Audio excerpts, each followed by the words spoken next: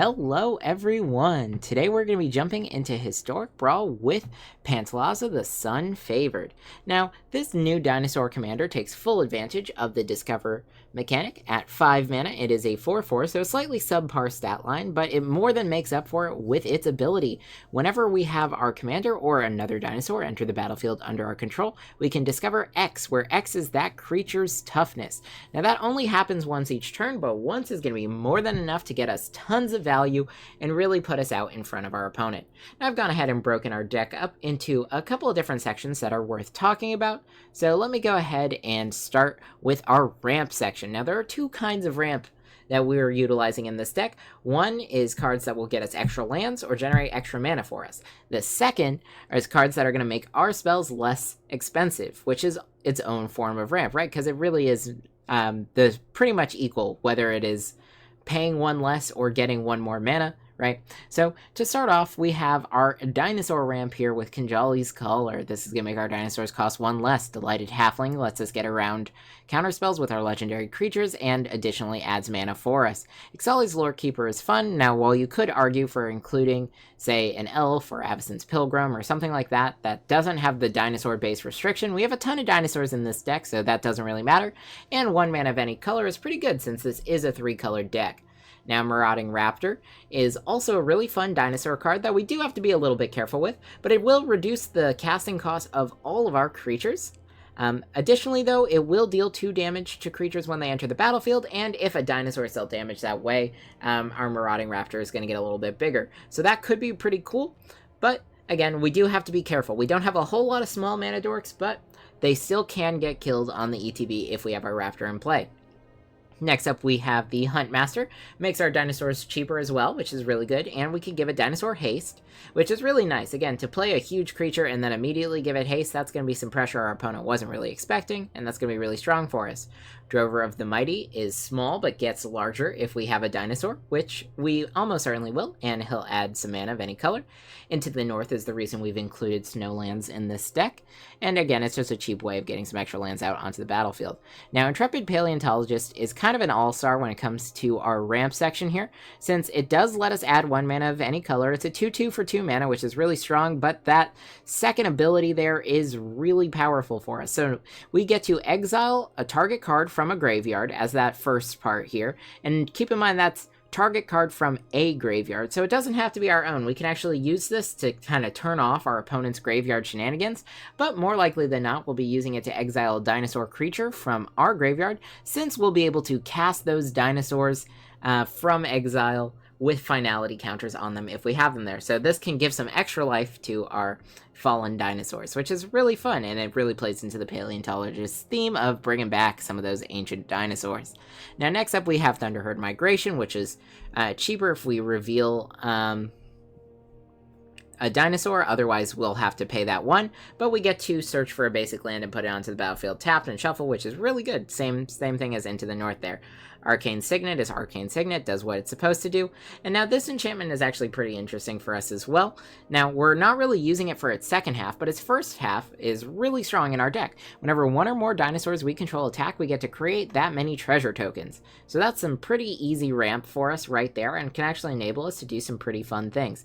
And now, not that the second part is a total wash, because we do have some artifacts in this deck, so there is going to be some synergy there, but whenever we cast an artifact spell, we get to create a 3/1 red dinosaur creature token, and that ability triggers only once each turn, and I doubt we're going to be really casting more than 1 artifact in a turn just based on their density in our deck. We've got Cultivate for better land drops and for a little bit of ramp for us. We've got Settle the Wilds. This is kind of one of those Seek-based ramp cards, which is also going to go ahead and give us a permanent, which is really nice because most of our spells in this deck will be permanents, with a higher mana value dependent on how many lands we have out onto the battlefield. Now, next up, we have the Seer here, who will tap for mana, but additionally, we can use it to return a dinosaur from our graveyard to our hand, which is also going to be powerful in a dinosaur deck. Herald's Horn is really cool because it does a couple of things for us. It could have fit into our utility / card draw section that we'll talk about a little bit later, but I decided to put it here since it does reduce the cost to cast creatures of the chosen type, which in our case is going to be dinosaurs, doing that same thing, letting us accelerate our game plan. And then we have Migration Path, which we can cycle if we don't need and otherwise can use to get some lands. Now next up we have our super small removal category. Now our deck does not have the most interaction with our opponent, but the ones we have are pretty powerful. Swords to Plowshares is pretty much a must include if you have white decks, right? And it's no different here. Now, I really do like Triumphant Chomp. This is one of the new dinosaur-based removal spells, and at its very base, it's 1 red mana for 2 damage at sorcery speed, which isn't too great, but it has the added bonus of being either 2 or the greatest power among dinosaurs we control. And we have some big dinosaurs. Like if we have Galta out onto the battlefield, this is 1 mana for 12 damage to a creature, which is pretty strong, right? So this will really let us interact with our opponent's board and kill pretty much whatever they have, since we're gonna almost certainly have a big enough dinosaur to deal with that. And speaking of having a big enough dinosaur to deal with our opponent's threats, Savage Stomp will do just that. It's cheaper if it targets dinosaurs. We get to put a +1/+1 counter on a creature we control, increasing its power, and then have it fight target creature we don't control. So this is another great way to just remove some of our opponent's threats. Now, our next category here, these are our protection spells, the things that are going to help keep our dinosaurs safe, but also give us some extra value. So Cloud Shift here exiles a creature we control and returns it to the battlefield under our control. This is actually really cool because that enter the battlefield effect synergizes really well with our commander. If we don't have another dinosaur in hand to play, we can go ahead and get that trigger with Cloud Shift. We can also use it, of course, to dodge removal spells, which is really powerful. Same thing with Ephemerate, except it happens twice because of Rebound, which is really good. Heroic Intervention gives hexproof and indestructible to our creatures, which is going to be really good for keeping that strong board. We have Eerie Interlude here, more expensive, but we get to exile a whole bunch of creatures and return them to the battlefield, which is nice. We're going to use this to protect our board, and we can use this for more ETB triggers, which is pretty cool as well. And then, of course, we have Teferi's Protection. You know, there's no way to be safer than just leaving the game for a little bit. Now, we're just going to go ahead and move into this next category. These are a lot of utility spells that we have in the deck, things like card draw, things like other recursive effects on enchantments. So let's talk a little bit about what we have. So Garruk's Uprising is really nice to have. We'll draw a card if we control a creature with power 4 or greater. We'll give Trample to all of our creatures, which is really nice for making sure we can push in. Again, a lot of our dinosaurs will already have Trample, but for the ones that don't, that's a very good benefit. And then, of course, we'll draw cards whenever creatures with power 4 or greater enter the battlefield under our control after we play this. So lots of card draw potential here. This is going to be really good for keeping us in the game, and that trample could make the difference when it comes to blockers for our opponent. Rhythm of the Wild gets around counterspells for us, since our creatures can no longer be countered if we have this in play. And of course it gives non-tokens Riot, which gives us the choice of either putting a +1/+1 counter on them or giving them haste, which we can decide based on the board state. Smothering Tithes could be considered a ramp card, but I have it over with our utility artifacts just because I think that this is a really good inclusion to have and doesn't really fit into the dinosaur theme as much. We have Teleportation Circle here. This will give us more ETB triggers on our dinosaurs, so if we do miss a turn, we can exile and return a dinosaur, then we could discover, and that could be really cool for us. Guardian Project is going to be more card draw, and Monster Manual gives us a cheap way to cheat some creatures out onto the battlefield, which is really nice. We have Xenagos here. He's going to buff up our creatures, give them haste, which I really like, and Expertise will let us draw a bunch of cards and let us cast a spell with mana value 5 or less for free. Last March of the Ents can't be countered, which is cool. We'll draw a bunch of cards, and then we can put a whole bunch of creatures onto the battlefield. Skullspore Nexus is really cool as well. It's going to get cheaper as we have more powerful creatures, and then whenever multiple non-token creatures die, we actually get to create fungus dinosaur tokens that are power and toughness equal to the power of those creatures when they die, which is pretty cool. We can additionally use it to double target creature's power, which synergizes really well with some of our trample creatures and ensuring we can get the damage we need to win the game. More card draw with the Great Henge. It's also a little bit of life gain, a little bit of ramp, so it does a little bit of everything for us, which is why I figured we'd call it out over here. Now, these two columns here are pretty much just all of our dinosaurs. We've got a whole mix of them. Some of the new ones here with belligerent yearling, and then we've got the firstborn here, which is really nice for giving us another fight effect on a dinosaur. And then, of course, a whole bunch of other dinosaurs that are going to give us other bits of value. Here we also have Huatli, and Huatli does a whole bunch for our deck as well, not only giving us a land card in our hand, but eventually flipping into this saga, which creates dinosaurs, gives us the ability to have our creatures tap for mana, searches for dinosaurs, and then give double strike and trample to all of our dinosaurs. So again, if we can end up resolving that backside here, there's really strong potential for closing out the game. Let's see, not too much else that's going to be worth calling out here, but we do have a couple of good ones. We've got the big Atali, because there's no reason not to, and also the small Atali.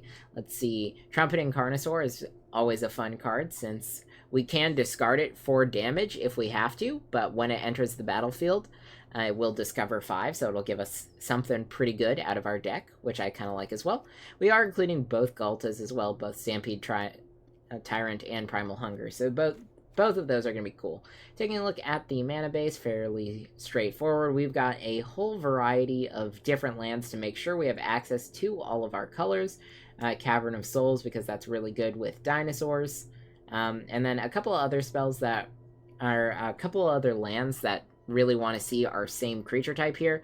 So like here, the Ancient Ziggurat adds 1 mana of any color, but we can only use this mana for a creature spell, which again, most of our spells are going to be creatures. Plaza of Heroes gives us a little bit of extra protection, and then of course we have Unclaimed Territory and Secluded Courtyard, both of which are going to be for our dinosaur creatures, making them cheaper.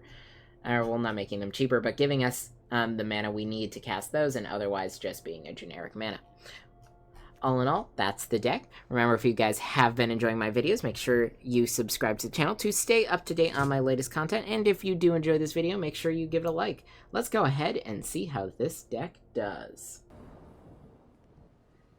Alright. Now, this isn't a bad starting hand, so I do think we can keep. We're playing up against Caramonyx, so we do have to be cautious of their early game. I'm going to start with Jumpnear's Garden, since that's a tap land and a decent draw. Yep, there's the first of the many rat colonies I'm sure we're going to see. Go ahead and just play Forest and Pass. Next turn we can get out our Seer. Interesting, Caramonyx. Grabs a bunch of rat colonies. Looks like they're going to have to discard, though.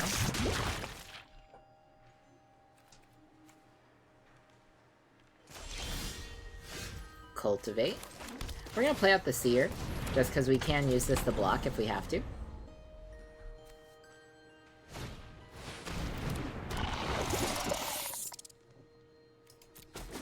We'll take the damage.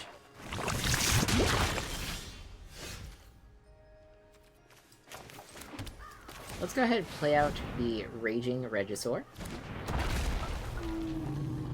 No attacks. Save this for blockers. When we do attack with this, we get to deal 1 damage to any target, so we can use this to kill a rat colony, which I think is going to be pretty cool. Let's see. Do I care enough to block, or do I want to take it? I think I will block here. It puts us a little bit behind in terms of mana, but I think it's going to be okay.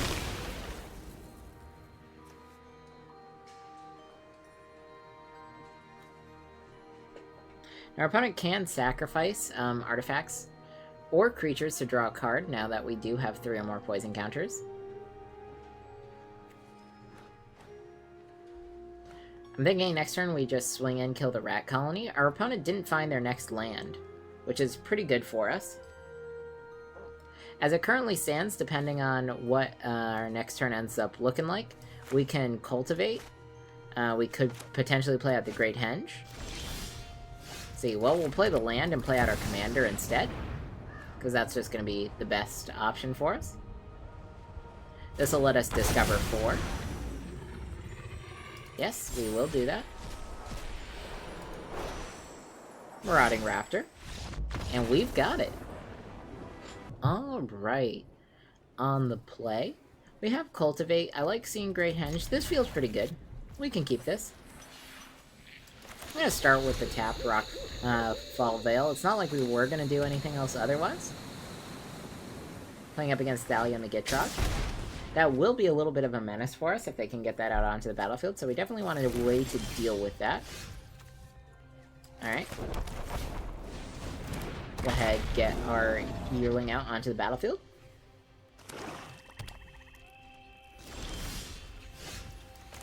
Okay. We will cultivate here. Let's see, we'll grab red and green land. We'll go ahead and put the red land onto the battlefield tapped. And swing out 4-3.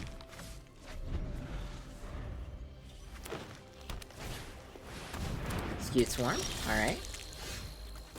Now we could play out the Raging Regisaur, since that does do really well into Skewed Swarm, but I think we're just going to play out our commander here.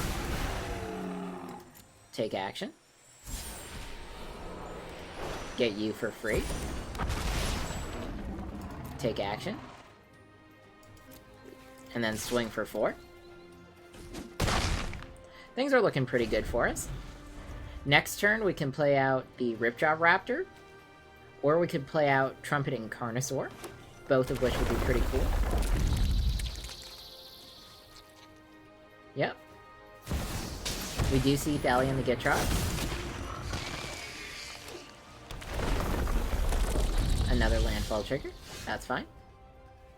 And creatures of your opponent's control enter the battlefield tapped. That's pretty good. But I think we're gonna... Oh, sorry. That does enter tapped because of Thalia. So no Carnosaur for us this turn. What do I want to do? I think we'll go Ripjaw Raptor.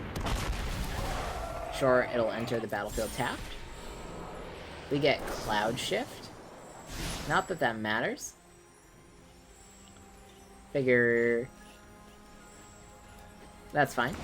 We'll just stop that. Decline. It'll come into our hand. We'll power you up, and then pass. Again, Thalia and the Gitrog is a little bit of an issue. Hopefully we'll find a way around it very soon.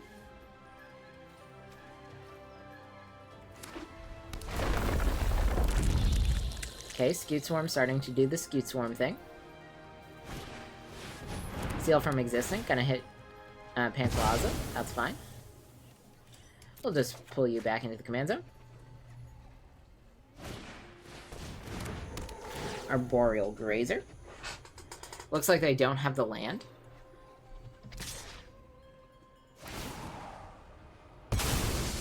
Sacrifice, draw, sure. With Thalia and Gitrog tapped down, I'm actually pretty happy.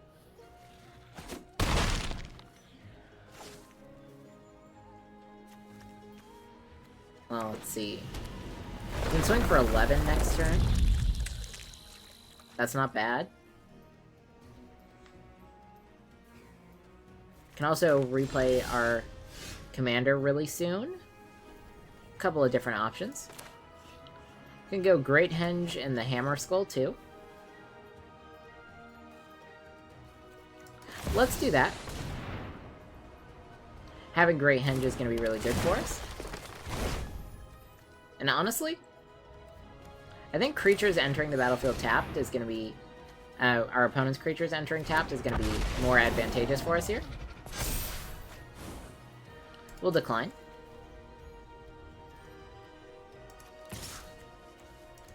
I mean, we'll just swing out here. Get the damage while we can. Our opponent will have to choose to block if they want to.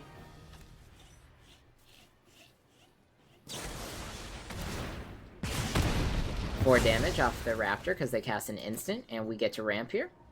We'll grab just another green land.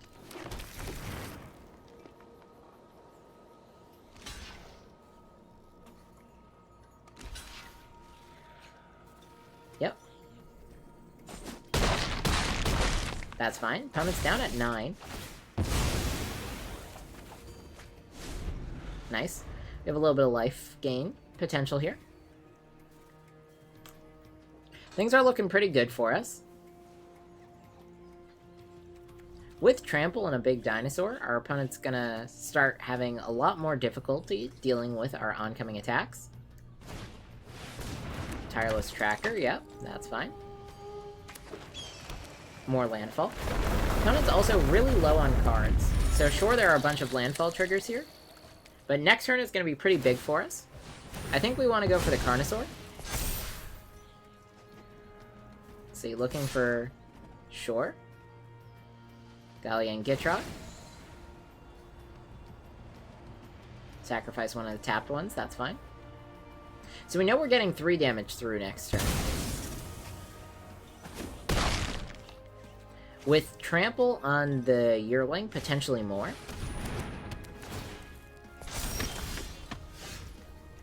Alright, with this guy as well, things are looking pretty good.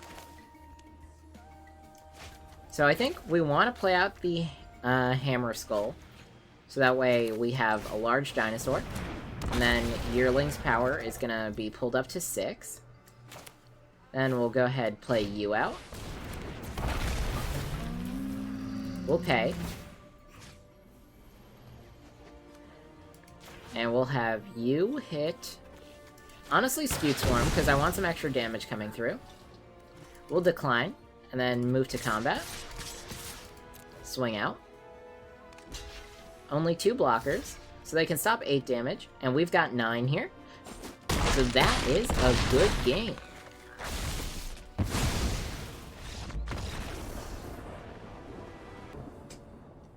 Alright, so we get to go first here, which is pretty fun, and I do kind of like what our opening hand looks like. We're playing a mirror matchup, so it's good to be on the play. Let's go ahead and keep. I think we're going to go ahead and start with the collar. Say hello back. Monster Manual will also be pretty big for us. Playing an elf, so it's not quite the same deck. Let's play up the halfling.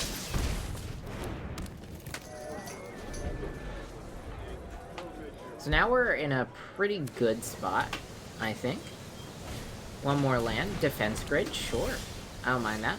So we don't find the extra land, which is a little bit disappointing. Let's go ahead and play this out. Reveal that.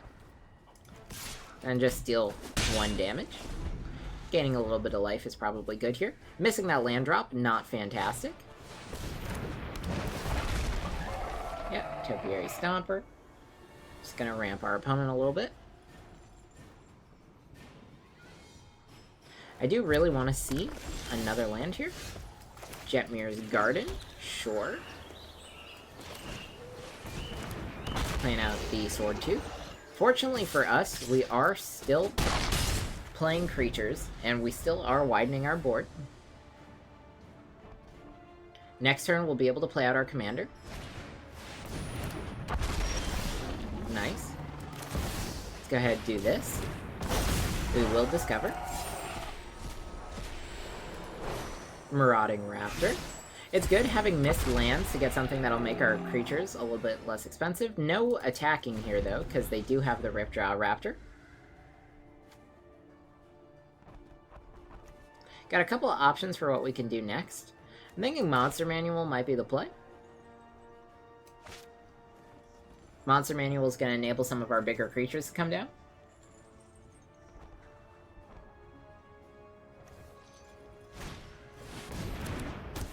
Sure. That's fine. We could go Migration Path for the ramp, but I think we're going to lean into the Monster Manual. We'll just play this for now. No attacks. We do lose out on 1 potential Discover trigger.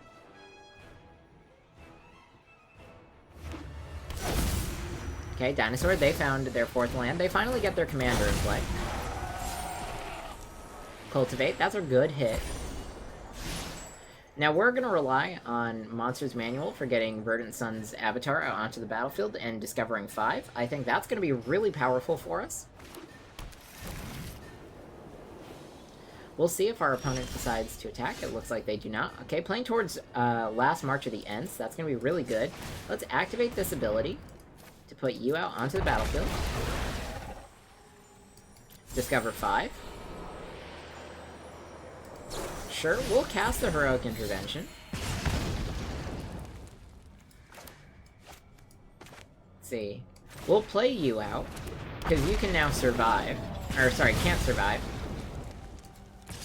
But it does boost up our raptor. We have the city's blessing, so we'll just attack like this for now.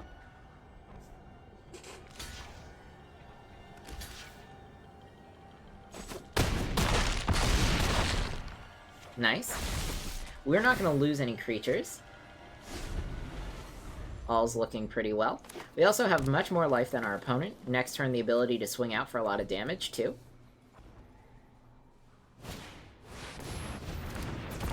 Jumping Carnosaur is pretty much the best drop for our opponent there. Hopefully they don't hit anything too crazy. Into the north, I'm fine with.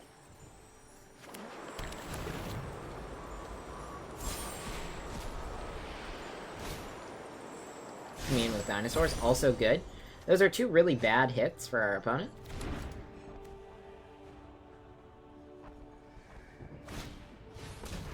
Sure, that's fine. Alright. So let's think about what we want to do here. I think we'll activate. Go ahead, put Xenagos out onto the battlefield. Let's see. Stomping Ground can go ahead and enter tapped, because we won't have enough mana. Alright, which creature do we want to be twice as big? I think we go with the Sword Tooth here. We'll just attack for 10. No matter how our opponent blocks, they'll be losing something.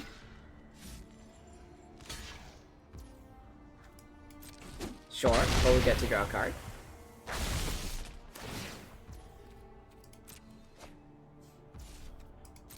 I might want to cycle this. Cycling this could be worth it, potentially giving us another big creature that we can put into play with the monster manual.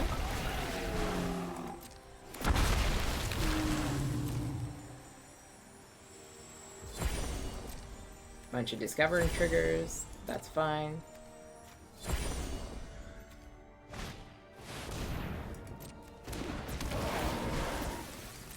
Yep. There's their trigger. Curse of Silence, that's fun. They'll just pick our commander.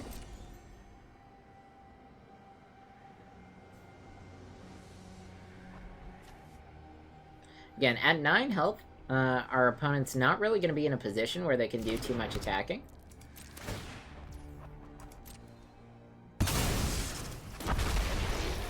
Okay. Yeah, we'll cycle here. Earthshaker Dreadmaw, that's really good. We'll go ahead and put you out onto the battlefield. Discover 6. Get the Stomper.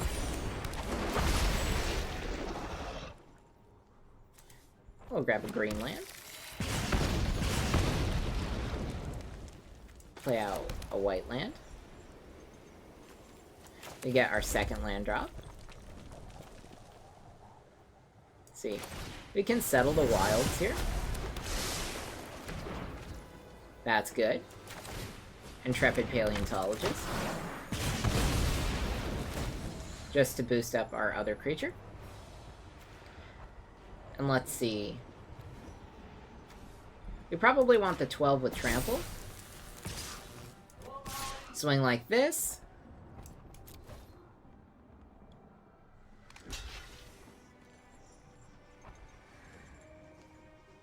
That's one block. They're gonna have to do some form of blocking with Earthshaker Dreadmaw here.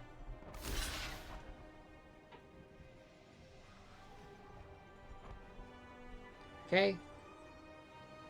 13. Yeah, they can keep their smallest token.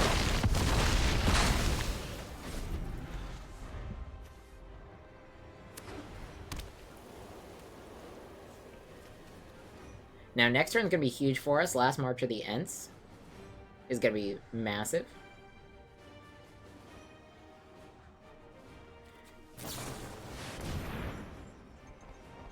Okay, shared summons, sure. I don't think they're gonna have strictly a good way out of this.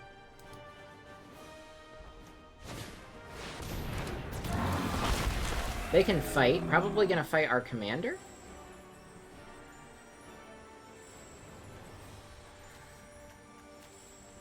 So that's not even gonna make a huge difference.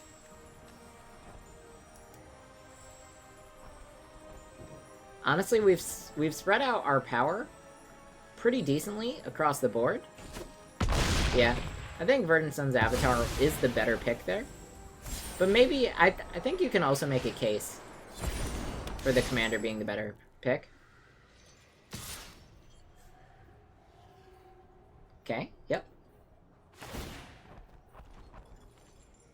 Choose blocks, no need to block. I'm gonna swing out for lethal next turn after we march. Battlefield Forge. Go ahead, play this. Draw a bunch of cards. We'll put you, and you out onto the battlefield. Bunch of triggers. We will pay, and we've got it. Alright everyone, I hope you enjoyed. So as you were able to see, we are able to get a ton of value out of this commander. Discovering to find more dinosaurs is going to be really good, and we also have a really strong ramp plan into getting some of those big creature threats. Once we do get to the end game, we have our opponent at a life total that's pretty low, and I think it's not going to be too hard to use things like trample and some of our removal options to kind of push it through that last little bit of damage that we need to make sure that we can get the win. Now, if you did enjoy this video, make sure you give it a like, and if you have any other ideas for a deck you'd like to see me play, why don't you let me know in a comment down below. I'll see you all next time.